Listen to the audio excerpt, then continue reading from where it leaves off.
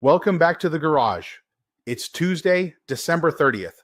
You know what time it is. This is your nightly recap. And yes, it's me behind the chaos. Before we get into it, here's what just hit the wire. X is moving to increase creator payouts to compete with YouTube. Mexico is raising tariffs on imports from China and India. Nvidia is in talks to acquire an Israeli generative AI firm. And Bitcoin is fighting it out at 88,000. That's the surface. That's the noise. But we both know why you're really here. Did Triple X make some cheddar in the trenches today? Before we start, smash that like. Share this with your fellow degen crypto bros. We're building this channel one operator at a time, and we're closing in on 100,000 followers on YouTube. Let's get into it. Let's start with X. X is turning the volume up on creator payouts, not testing it, not teasing it, actively increasing it to compete with YouTube. That tells you everything you need to know. Attention is no longer a byproduct, it's the product. Platforms aren't fighting over users anymore. They're fighting over producers. People who can hold eyeballs, people who can move culture, people who can move capital. When a platform starts paying creators more, it's admitting something out loud. Traffic without loyalty is worthless. Content without incentive doesn't scale. This isn't about social media clout. It's about distribution power. Who owns the audience? Who controls the rails? And here's the part most people miss. When platforms compete on payouts, margins compress. Ads alone don't cover it, so they push deeper into payments, subscriptions, tips, tokenized incentives, direct settlement. That's where crypto quietly enters the room, because global creators don't want slower payments. They don't want chargebacks. They don't want borders. They want instant programmable money. X isn't becoming more generous. It's becoming more strategic. This is the early stage of the attention economy colliding with the settlement layer. And once that door opens, it doesn't close. Now let's talk about what's happening in the market while everyone's distracted. Here's how it plays out. Mexico raising tariffs on imports from China and India isn't random. It's a playbook move straight out of strategic economic defense. And yes, it's reminiscent of the tactics we saw under Trump's trade policy. In that model, the idea wasn't to be anti-trade. It was to rebalance trade relationships, to use tariffs deliberately, not accidentally. Mexico's move signals a few things. It's putting pressure on supply chains that have ballooned into vulnerabilities. It's pushing manufacturing leverage back toward domestic or friendly partners. It's setting economic boundaries, not just reacting to global price dynamics. That's Trump-era strategic tariff thinking. Force the rebalancing by shifting the cost structure. And when a country uses tariffs this way, it affects more than just goods. It alters capital flows. It shifts risk premia. It forces corporations to rethink where they hold inventory, where they hire, and where they hedge currency exposure. That matters to markets overall. It's not just Mexico and Asia. It's the macroeconomic backdrop for decisions being made in crypto risk assets. Trade friction, plus contested supply chains, creates spread in markets. Spread creates opportunity, but it also increases uncertainty premiums in risk assets. And Bitcoin, being a quasi-macro hedge or risk-off instrument depending on regime, is reacting accordingly. So yes, Mexico just borrowed from a strategic playbook that's been effective before. This isn't protectionism by accident. This is protectionism by design. And the market's watching. But they're not panicking. They're positioning. Let's get into why that matters for Bitcoin next. Here's how Nvidia fits into the story and why it matters to Bitcoin and this entire macro tech cycle. Nvidia isn't just buying AI tech. They're buying control of the stack. We're not talking about a chip vendor picking up software. We're talking about a company strategically integrating generative AI capability into its own hardware ecosystem. That changes everything because Nvidia is not chasing trends. They define the infrastructure trend. AI no longer runs on imagination. It runs on compute, and compute runs on Nvidia silicon. That's the lattice work of power today. When Nvidia moves into acquiring a generative AI firm, especially one with deep model expertise, it's a declaration. They intend to own both ends of the pipeline, the brains and the brawn. Now let's connect that to markets. When compute becomes strategic infrastructure, capital follows. When capital follows, asset classes start pricing in the future today. Crypto sits at the intersection of digital settlement plus programmable value. AI sits at the intersection of automation plus intelligence. And compute is the backbone that ties them together. Here's the real point most people miss. This isn't about AI hype. This is about power concentration in infrastructure control. Platforms want eyeballs. That's X increasing creator payouts. Governments want economic leverage. That's Mexico's tariffs. Tech hubs want compute dominance. That's Nvidia's acquisition strategy. And Bitcoin? It doesn't care who buys what. Bitcoin cares about risk assets repricing around structural shifts. When the backbones of attention, trade, and compute are moving in strategic realignment, risk assets, especially crypto, aren't a commodity anymore. They're a hedge against centralization of power. So, Nvidia stepping up its AI play doesn't just signal more AI growth. It signals reinforcement of infrastructure power. That changes how capital allocates across markets. And that's why Bitcoin trading around 88,000 tonight isn't random. It's reflection. It's dance with macro. It's positioning for the next regime. Let's break down where that puts us next. Engines hot, safety off, let it rip. Bitcoin. While everyone's distracted by headlines, Bitcoin is sitting right around $88,000 and refusing to give it up. That matters. This isn't euphoria. This isn't panic. This is a fight. We traded as high as the high 89s. We dipped into the high 87s, and price stayed composed. That tells you sellers aren't in control, but buyers aren't chasing either. This is positioning. Here's what most people get wrong. They see sideways price and assume nothing is happening. In reality, this is where the real work gets done. Liquidity is thin. Year-end books are tight. And yet, Bitcoin isn't collapsing. That means weak hands already left the building. What's left are operators waiting for confirmation. And confirmation doesn't come from candles. It comes from flows. It comes from who's stepping in quietly while everyone else is loud. That's why 88,000 matters. It's not a number. It's a line in the sand. Above it, the market is rebuilding. Below it, the market is testing conviction. Either way, this isn't random chop. This is a controlled environment where leverage gets punished and patience gets paid. And that brings us to the real question. While Bitcoin is holding the line, what's happening underneath the hood that most people aren't watching? Let's go there next. Now we go under the hood, because the price is one thing, the plumbing is another. Right now, the system is being held together mechanically. The Fed is trying to keep reserves ample.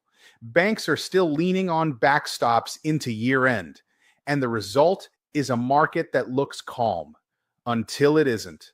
This is the part where holiday liquidity tricks people. Thin books don't mean low risk.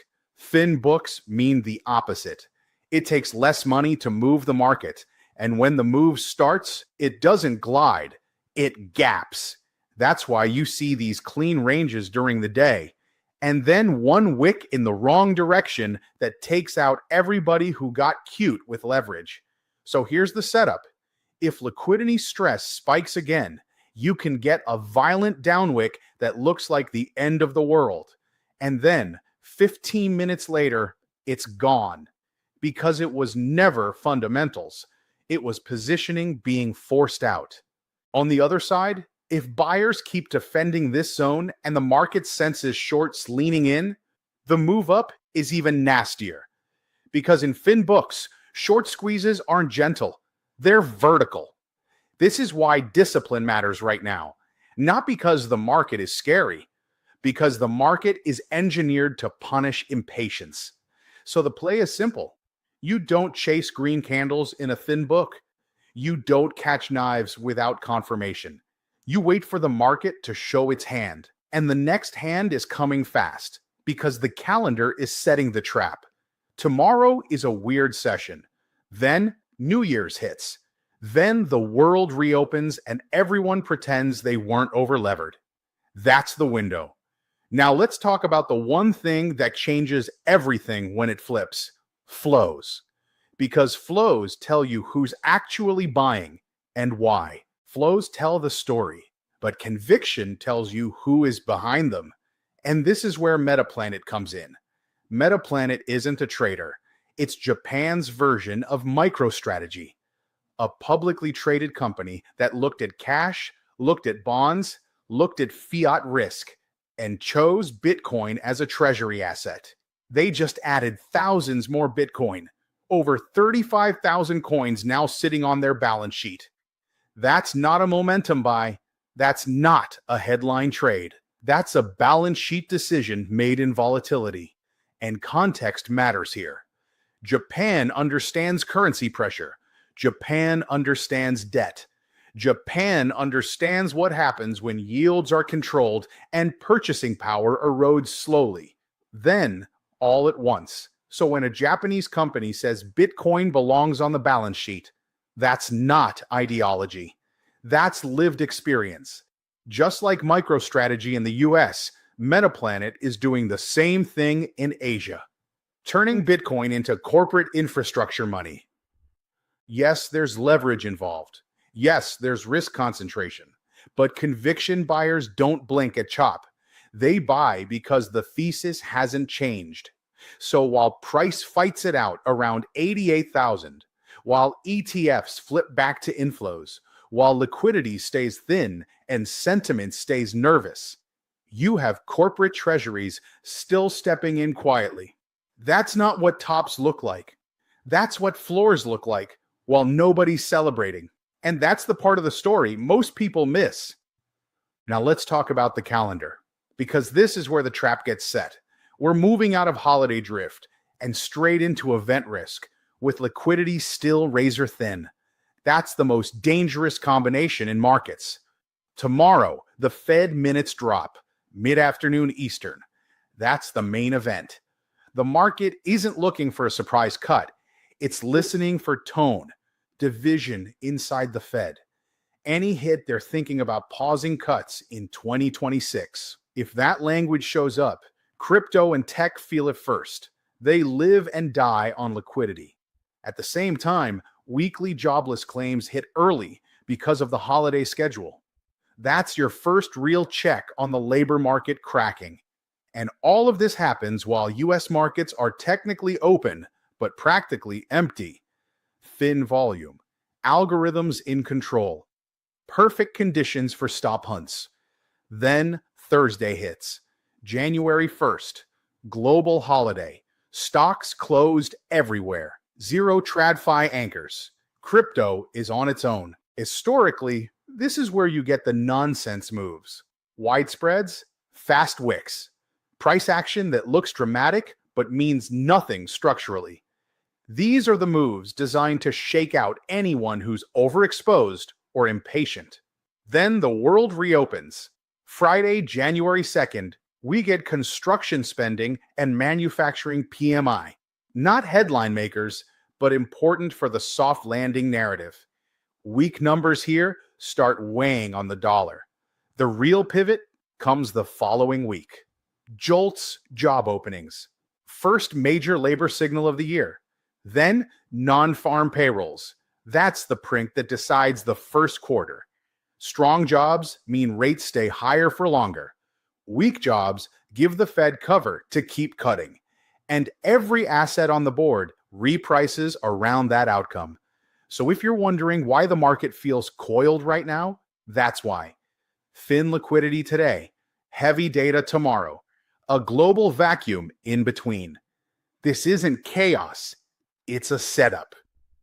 And the people who understand the calendar don't react. They wait. That's where we are tonight. Now let's zoom out and talk about relative strength, because this is where the roadmap shows up. 2025 was not kind to speculation without purpose. The market punished it ruthlessly, and it rewarded one thing only: utility. Real-world assets quietly dominated the year, up nearly 200%. Not because of hype, because institutions showed up. BlackRock moved on-chain. Yield moved on-chain. Treasuries moved on-chain. That's capital choosing function over fantasy. TradFi and DeFi didn't merge in theory. They merged in practice. At the same time, money rotated out of U.S. concentration. Non-U.S. equities outperformed by a wide margin. That's valuation reversion. That's diversification away from dollar risk. And while equities argued, gold and silver had their best year since the late 70s. Central banks buying, geopolitical hedging, debt fear quietly creeping back in. Those are not retail trades. Those are regime trades. Now look at what got left behind. GameFi collapsed. Not corrected, collapsed. The play-to-earn model broke because it was never sustainable. Tokens without real economies don't survive higher rates. DePIN followed the same path. Big promises, heavy infrastructure costs, not enough demand. Narratives don't pay bills. Revenue does. And then there's Bitcoin. Short term, Bitcoin looks messy.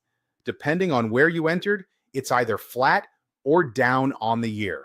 We hit an all-time high above 126,000 and then retraced hard into the high 80,000s. That volatility confuses people, but context matters. Bitcoin didn't fail. It went through a de-risking phase while capital rotated into yield and utility. That's why tonight's price around 88,000 isn't weakness, it's digestion. So if you're wondering where capital is leaning, heading into 2026, the answer is clear. Utility over hype, yield over promises, infrastructure over narratives, and Bitcoin sits right in the middle of that shift. Not as a toy, as a base layer. That's the map. Everything else is noise. Now the AI section, because this is the part nobody respects until it's too late. SoftBank just finished dropping $41 billion into OpenAI. Let that sit. That's not a tech bet. That's not curiosity. That's sovereign scale capital saying, this is infrastructure now. You don't fund toys like that. You fund control systems. At the same time, xAI just bought a third building and is pushing toward nearly 2 gigawatts of training compute. 2 gigawatts. That's not a data center. That's a power station with GPUs bolted to it. That tells you something simple and uncomfortable. AI is no longer limited by ideas. It's limited by electricity. Then Meta steps in and buys Manus. Not for fun, not for press. That's the platform layer swallowing the agent layer.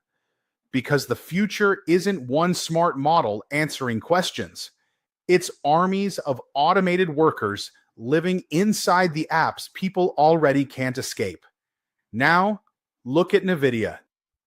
They're reportedly in advanced talks to buy AI 21 Labs for $2 to $3 billion. That's not Nvidia experimenting with software. That's Nvidia grabbing brains so they can own everything above the chips too. Silicon, models, talent, simulation, distribution, stack sealed. And here's where it turns ugly. Security is losing the race. CISA just ordered emergency patching for an actively exploited MongoDB flaw. That's not a headline. That's a warning shot. Because the biggest risks in this cycle aren't market crashes. They're quiet infrastructure failures. One overlooked bug, one rushed deployment, one shortcut taken at scale, and suddenly millions of records are gone. So zoom out and stop pretending this is random. Big money is funding the brains. Big power is funding the compute. Big platforms are buying distribution for agents. And the attack surface is expanding faster than anyone wants to admit. That's not innovation chaos. That's consolidation. That's power being concentrated at the infrastructure level, while everyone else is distracted by demos and buzzwords. And this is exactly why crypto doesn't disappear in an AI world. Because when intelligence centralizes, when platforms harden, when access gets gated, people look for neutral rails, programmable settlement, portable value, systems that don't need permission from the same entities tightening the screws. This isn't about hype. This is about who controls value when humans are no longer the bottleneck. If you're still watching this like it's a gadget cycle, you're asleep. If you think this ends with cool products, you're lying to yourself. This is infrastructure warfare, and the board is being set in real time.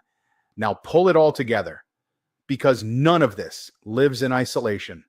What you're watching right now is the great convergence. AI, capital, power, trade, and money. They're all colliding at the same time. AI is concentrating intelligence. Compute is concentrating power. Platforms are concentrating distribution. Governments are hardening borders and trade lanes. And central banks are quietly propping up the plumbing so nothing snaps before the reset. That environment creates one inevitable outcome. Control rises. Optionality shrinks. When intelligence centralizes, labor gets compressed. When labor gets compressed, margins get thin. When margins get thin, capital looks for systems that can't be throttled, paused, or rewritten overnight. That's where crypto comes back into the frame. Not as a gamble, not as a meme, as an escape valve. Bitcoin isn't fighting at 88,000 because of a chart pattern. It's fighting because it sits outside every system trying to close ranks. It doesn't care about tariffs. It doesn't care about compute monopolies. It doesn't care about platform rules. It settles globally, permissionlessly, relentlessly. That's why corporate treasuries are stepping in while price drops. That's why ETFs flip back to inflows quietly. That's why long-term holders aren't panicking.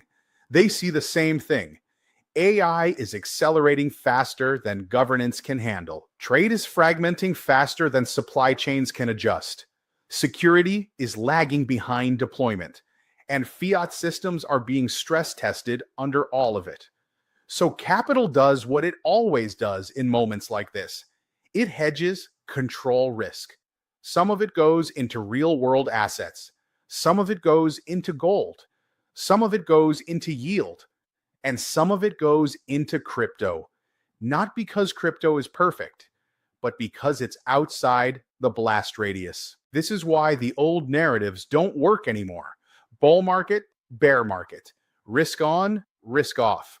Those labels were built for a simpler world. This is a systems transition. And in systems transitions, the winners aren't the loudest. They're the ones positioned early, quietly, and patiently. So if tonight feels tense, good. That means you're paying attention. This isn't the end of anything. This is the transfer phase. And when the dust settles, the assets that survive are the ones that don't need permission to exist. That's the big picture. That's power being concentrated at the infrastructure level, while everyone else is distracted by demos and buzzwords. And this is exactly why crypto doesn't disappear in an AI world. Because when intelligence centralizes, when platforms harden, when access gets gated, people look for neutral rails, programmable settlement, portable value, systems that don't need permission from the same entities tightening the screws.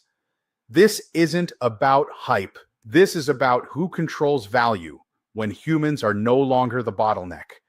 If you're still watching this like it's a gadget cycle, you're asleep.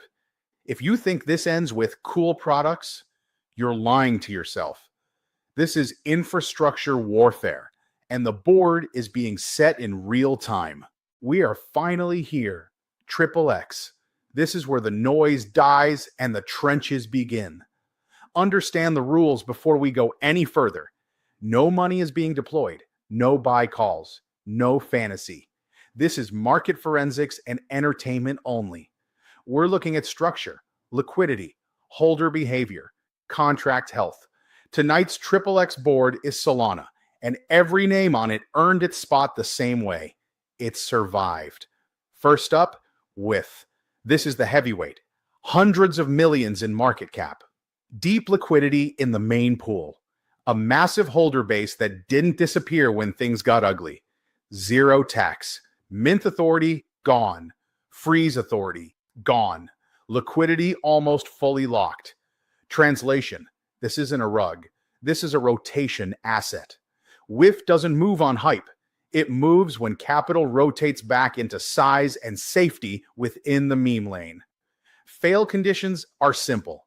Any meaningful liquidity unlock, any contract change, anything touching control. As long as that doesn't happen, it stays on the board. Next, Popcat, midcap, cat meme, but not new, not fragile, real liquidity. Six-figure holder count, authorities revoked, liquidity locked.